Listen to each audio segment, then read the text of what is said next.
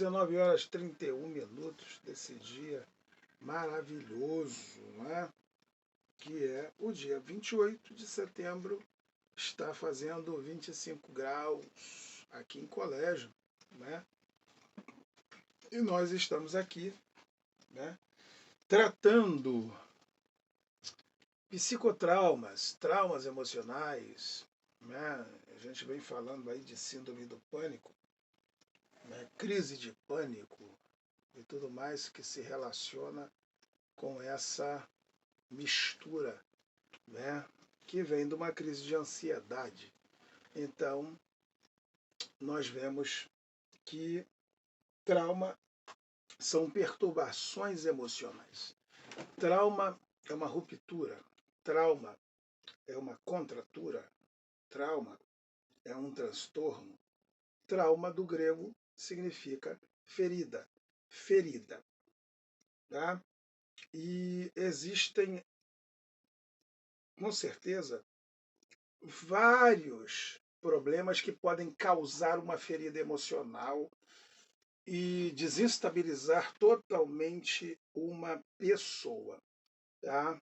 E hoje o nosso tema aborda síndrome do pânico em crianças e adolescentes, ok? Porque existem três classes de pessoas que são mais vulneráveis a, a sofrer traumas, rupturas, transtornos emocionais. Três classes de pessoas vulneráveis, totalmente indefesas e propensas, muito mais do que as demais, a terem problemas psicoemocionais e fragilidades, tá? E feridas na alma. Quem são? Primeiro, as crianças. Crianças. Eu não estou falando de crianças acima, e isso de uma forma sutil. Eu não estou falando de crianças acima de 12 anos que já conseguem discernir melhor muitas coisas, com raríssimas exceções, mas na maioria das crianças que nós temos aí é uma visão clara, né, do comportamento, das atitudes, né? Existem crianças de 12 anos, porque ainda são crianças, estão entrando na pré-adolescência porque ainda são juvenis, né? A partir dos 15 anos até os 18 são adolescentes. Porém, né, isso é o que se entende ainda pelo padrão. Mas depois que criaram essa aberração de que uma menina de 12 anos, ela, se ela for estuprada, né, para se provar é a coisa mais difícil. Se isso está acontecendo até com adulto, imagina, não é? Porque, mas ela pode consentir, com 12 anos ela pode consentir. Aí fica meio difícil entender se uma criança de 12 anos ela pode consentir com sexo violento, com sexo entre ela e mais outra pessoa, e por aí vai, não é? Sodomia, não é? E por aí vai, né?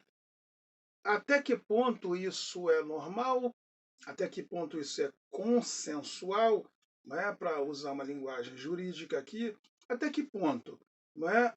E até que ponto, não é? Até que padrão, não é? Até onde vai a linha do consentimento?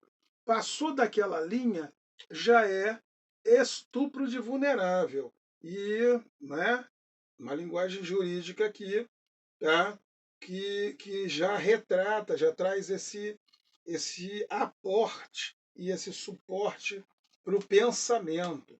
Então, os traumas, eles trazem consigo um bojo, né? Eu estou falando isso a título de introdução para eu entrar aqui como identificar uma síndrome do pânico em criança e tal, por aí vai. Mas segura aí que é apenas uma introdução para trazer assim um corpo para essa palavra, tá? É, o trauma traz consigo culpa, traz consigo medo, traz consigo cobrança. Cobrança. Às vezes a criança é vítima, mas existem pessoas e às vezes os pais que não conseguem, né, porque são idiotas às vezes, não conseguem entender que a criança é vítima e não a autora ou coautora daquilo que aconteceu com ela. Pelo amor de Deus, se a minha filha, se o meu filho for vitimado, se eles forem abusados, né, agredidos, porque não deixa de ser uma agressão, tá, física que vai trazer um transtorno emocional. Voltando lá na live, né, de segunda, de terça-feira, que eu venho tratando traumas, né? Veja bem, todo trauma, ele, ele normalmente, ele se exterioriza ou ele começa de fora para dentro.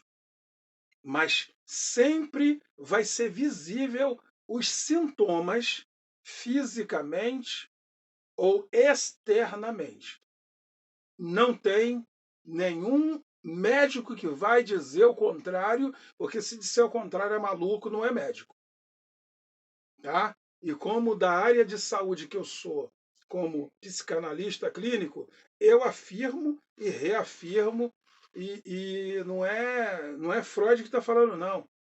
É o psicanalista Fernando Lopes que está dizendo isso para você. Veja bem, tudo que te machuca por dentro, tá? Ou ele começou fora, ou ele vai se revelar do lado de fora. Então guarda contigo isso aí com você, tá? Guarda aí na sua mente.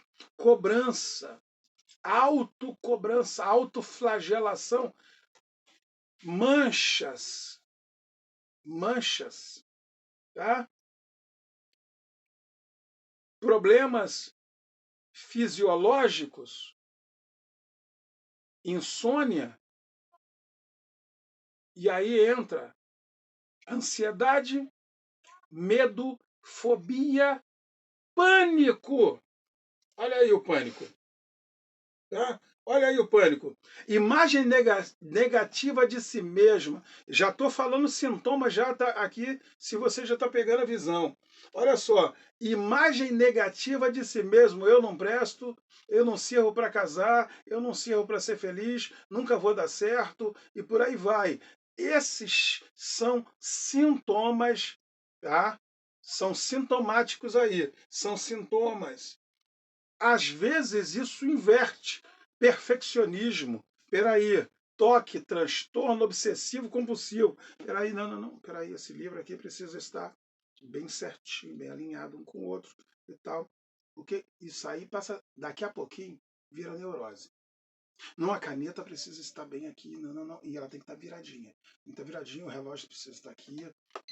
A luzinha, ó, a luzinha do relógio tem que estar acesa e tal. Opa, o telefone e tal. Perfeccionismo. Tudo isso, tudo que extrapola a linha do normal é anormal. Capisco? Compreendes? Tudo que extrapola a linha do normal é anormal. Se é anormal, porque é lógico, porque não é normal, precisa ser tratado, porque o que é normal é doentio. Exemplo, tá? Que eu sou terapeuta também, né? Na área de casais, família e por aí vai. Mãe que fica em cima de filho excessivamente, não é normal.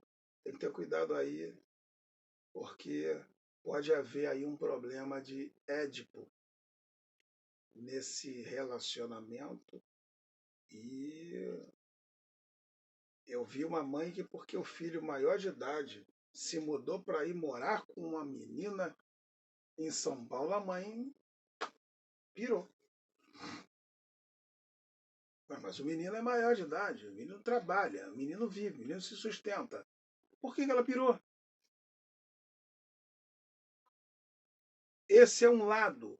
O filho que não sai de debaixo da saia, da calça, da barra da calça do pai, que não sai, maior de idade, 25 anos, 30 anos de idade, não sai, não casa, não estabelece uma quebra de vínculo financeiro, viu? Maternal, paternal, pode ter certeza que isso aí é patológico, isso aí é doentio.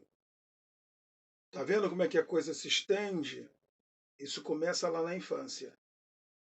Nós estamos tratando aqui algo importante que começa lá na infância e, se não for tratado, vai trazer esquizofrenia, vai trazer aí uma série de problemas no futuro dessa pessoa. Eu conheço uma senhora que ela regula a minha idade e ela é esquizofrênica.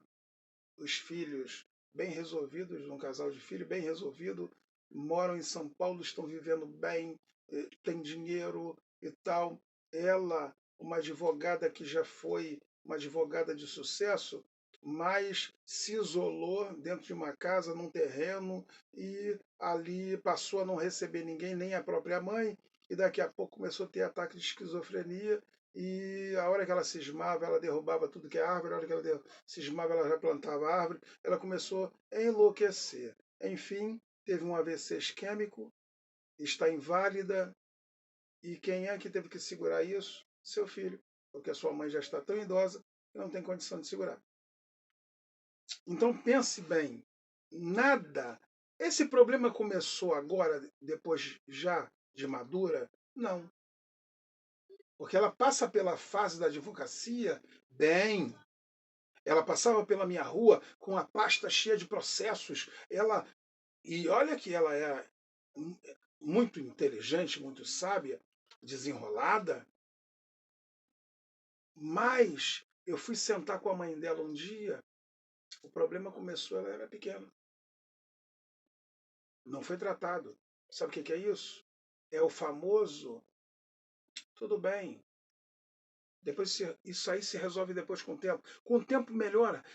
Não, isso é coisa de menino, isso é coisa de criança. Não, se o seu filho está com medo, se a sua filha está com medo, se você nota pelo semblante da sua filha que há um pânico nela, um pavor, um temor acima do normal, medo de entrar na escola, medo de andar na rua, medo de passar numa praça, numa esquina. Se você não percebe, ou se você percebe e você não faz nada, ou se você simplesmente é um abissal que passa e não percebe nada, eu percebo tudo o que acontece com meus filhos. A minha filha tem 21 anos. A minha filha mais velha tem 40 anos. A segunda, minha filha, né, a mais velha tem 41, a outra tem 40 e a minha filha mais nova tem 21 anos. Eu sei o que se passa com a minha filha mais velha. A minha filha mais velha conversa comigo. Eu pergunto a ela o que está acontecendo. Eu trato da minha filha. Eu tratei dela a sua adolescência porque a adolescência dela foi um flagelo. Então, eu pego essa menina, eu adoto essa menina, eu pego ela, trago para a minha vida e eu trato dessa menina. Tratei da psique dela, tratei do emocional dela e casei ela e ela está bem, completou anteontem 2 anos de casada. Meus netos já estão adultos. A minha neta mais nova, por parte dela, tem 17 anos. Já está aí, ó, já quase virando uma mulher adulta, 18 anos. Ela é maior do que eu. E olha que eu meço 1,80 m. A minha neta, com 17 anos, já é maior do que eu. Todos eles tranquilos. todos eles bem resolvidos. Os meus netos meninos trabalham, um gerencia uma loja, o outro gerencia outra loja, estão bem. Meu neto Mateus me deu agora uma bisneta linda, com olhos azuis, uma criança linda. A sua esposa, uma menina bonita, um cabelo lindo. O que é isso? Fruto de um tratamento, fruto de um pai que observou e não ficou só na observação, partiu para o tratamento. Não levei ela ao médico, não. Eu tratei. E olha que eu não era nem formado em terapeuta cognitivo-comportamental, terapeuta holístico, psicanalista clínico, pós-graduado em psicanálise, nada disso. Mas eu era formado em teologia e passei a observar. E observando, passei a cuidar porque estudei dentro da teologia, dentro de capelania social e uma série de coisas que tenho 2 faculdades de capelania, 3 bacharelados em teologia, 2 pós-graduações, um mestrado. Pelo amor de Deus, eu acumulei muito conhecimento psicológico, mesmo sem estudar psicologia lá antes. Fui estudar depois, por causa da demanda, por causa da procura, por causa de tratar muita gente. E aí, enfim. Algumas crianças e adolescentes com síndrome do pânico evitam lugares onde eles acham que podem ter um ataque. Olha aí, olha o que eu estou falando. Tá? Agora eu vou embasar, tá, com conhecimento mais, mais didático. Vamos lá. Ou tem um medo persistente de ficar ou ir para lugares onde não há ajuda disponível caso ocorra uma crise. Mas nunca vai acontecer uma crise que não tenha sido provocada. Nunca. Nunca vai acontecer uma crise que não tenha sido provocada de alguma forma. Nunca.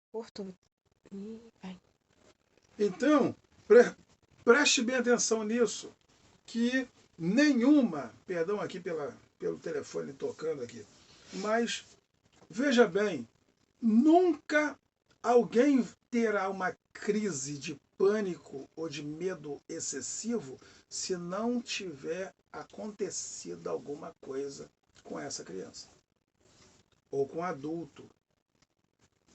O adulto que sofre hoje de pânico, e eu estou aí com uma paciente para atender, né, começar um atendimento, um paciente que já está 12 anos sofrendo crise de pânico.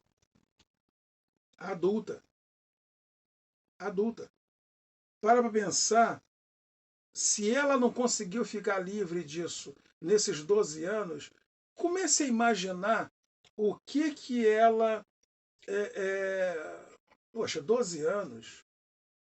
Poxa, de repente, isso aí, eu vou fazer uma anamnese com ela e nós vamos puxar raiz, porque não existe fruto sem que haja sementes, primeiro solo, depois semente, depois tronco, com raízes, e aí, enfim, até chegar no fruto. Então tem que ter, aí tem que se puxar a raiz desse problema. Não vai dar para consertar as coisas, ou tentar consertar as coisas, com uma sessão só. E vamos sentar para conversar bastante, de preferência uma vez por semana, isso dependendo da maneira que ela, das condições dela para financiar o tratamento, embora eu seja uma pessoa que tenha mais consciência social do que outra coisa, tá? Mas eu sobrevivo, né? Eu preciso me alimentar, preciso pagar a internet, preciso pagar tanta coisa, mas também não sou carrasco, né? A primeira sessão é R$ 100, e aí, a partir da primeira sessão, as próximas R$ 150. Isso aí é o mínimo que um terapeuta da minha envergadura cobra. Existem terapeutas cobrando R$ 1.000 uma sessão. 850, nessa faixa. Tá? O mínimo que um terapeuta cobra é R$ 300 por uma sessão. Eu cobro a primeira sessão R$ 100. Isso aí é preço que a minha assistente, a minha diretora aqui, colocou, e a gente trabalha junto e a gente respeita, né, os princípios, valores.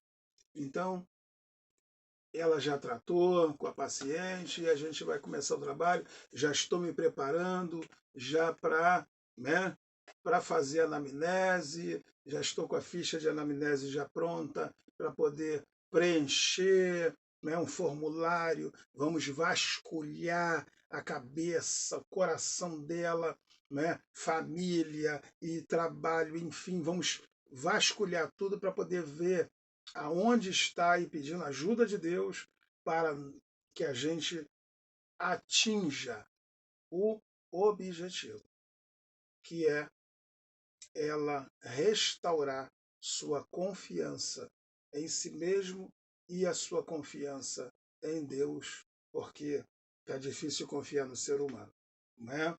Mas uma criança, quando é atingida por esse tipo de comportamento, medo de escola, medo de, né, do parquinho, né, onde ela costumou brincar e por aí vai, quando isso acontece, é um problema que precisa ser visto. Tá? Então vamos identificar uma síndrome do pânico. Veja bem, uma criança tendo um ataque de pânico pode ficar assustada, irritada de repente, sem nenhuma explicação. Olha o detalhe, nenhuma explicação clara. É claro que existe uma explicação para tudo, mas pode ser que de repente você não entenda o comportamento. Meu filho começou com medo de ir para a escola. Meu filho tem 7 anos, o mais novo, né, o temporão, né? A minha menina tinha 14 anos quando ele nasceu, né? E ele não foi o temporão de verdade, né? O temporão vivo, né? Mas eu tive meu filho Benjamin há 4 anos atrás. 4 anos atrás. Machuca, dói. Eu tive que sepultar ele dia 11 de maio de 2018. Machuca muito. E o mais velho, 25 de setembro de 2017. Então machuca. Machuca. Filho é uma coisa muito séria. Eu percebo, meu filho foi para a escola, e na hora de falar de ir para a escola, ele começou a chorar. Então eu chamei ele no momento em que a minha sogra não conseguia entender, achando que era pirraça, achando que não queria ir para a escola e tal, porque é assim o comportamento da maioria dos pais, que não tem percepção, que não tem visão, que não enxerga além do choro. Se o seu filho está chorando com medo, ou ele está chorando com pirraça, você precisa entender qual é a face da coisa. Uma vez que você detecta, você percebe, aí você então trabalha. Compreende? Veja bem, teu filho chega no parque, na praça, e de repente, subitamente, sem nenhuma explicação clara, ele tem uma crise, ele fica assustado, ele fica irritado, e essa coisa toda, e o comportamento dele fica confuso. Você precisa parar. Ei, vem cá, o que foi? O que foi? O que aconteceu? E você vai conversar com ele. Isso precisa ser tratado. E a única maneira é você tratar isso. Não tem jeito. Síndrome do pânico em criança e adolescente. Sintomas. Os ataques de pânico, geralmente, vêm acompanhados de uma série de sintomas.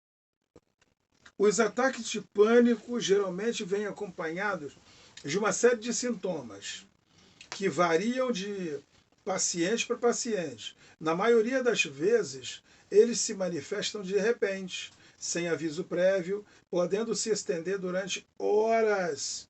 Confira os mais comuns. Olha lá. Os mais comuns são transpiração excessiva. Ele começa a transpirar, ele começa a suar, e normalmente ele sua frio, porque o medo congela. Medo muito intenso é o segundo. Terceiro, palpitação e frequência cardíaca. Taquicardia. Vai ficar, o coração chega a saltar que a blusa até balança. Tá? Mas vertigem e perda de consciência, ele pode até ficar desorientado dentro do lugar, do perfil onde ele está. Tremor e agitação excessiva, ele perde o controle dos nervos, porque os nervos afloram.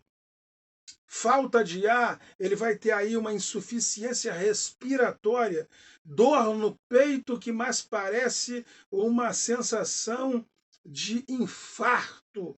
E isso também acontece com adultos. Isso aqui acontece com criança, mas acontece com adulto também. Adolescente, criança, adulto, isso aqui é o mesmo sintoma, tá? Sensação de confusão, náusea, vontade de vomitar sem que ele tenha comido nada. Isso aqui não é porque está com barriga cheia, comeu uma coisa indigesta, não. Dor abdominal, perda involuntária de urina, e de repente ele se urina todo. Isso aqui acontece com criança. É mais difícil com adulto, mas adulto também passa por isso também, hein? Eu já vi adulto se urinar todo e se defecar também, de medo.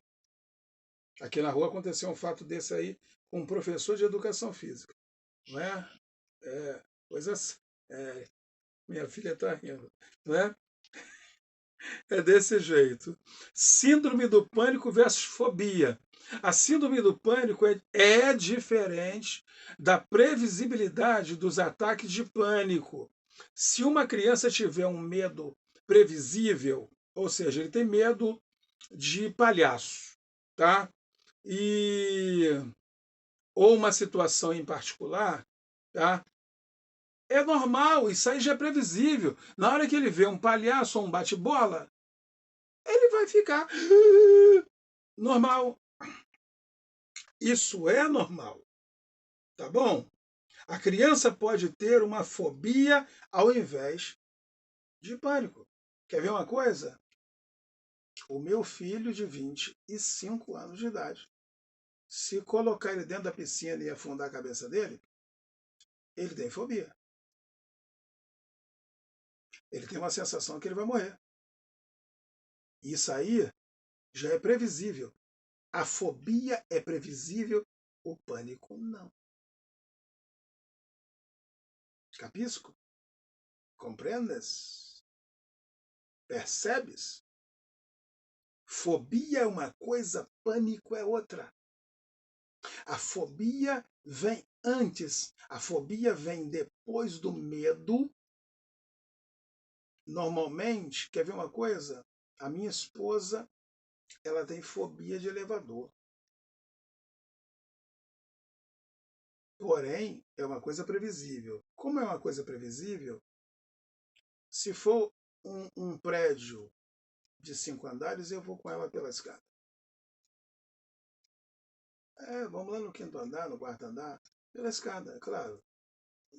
Se passar de 5, ela vai ter que segurar minha mão, apertar minha mão, me abraçar, olhar para mim. Eu tenho toda a técnica para poder controlar a situação. Eu já sei que ela vai ficar gelada, já sei que ela vai ficar quase que morrendo, mas eu vou abraçar ela e tranquilo, a gente vai subir ao 10º andar e de preferência no elevador novo, né, digital, que não seja aquele antigo, né, de porta de correr, né, faz aquele barulho para ser a casa do terror. de preferência que não seja assim. Aqueles lá do centro da cidade, a maioria tudo é assim, então que não seja assim.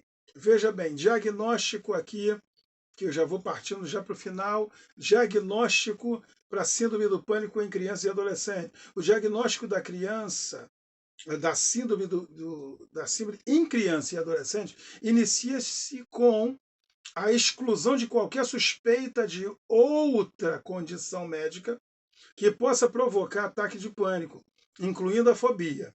A partir daí, o especialista solicitará uma avaliação física detalhada, que poderá incluir exame de sangue, ultrassom, exame de sangue saúde mental e todo o histórico de ataque de pânico. Isso já abriu aqui uma luz aqui para mim aqui, é muito importante, até por causa de um paciente, né?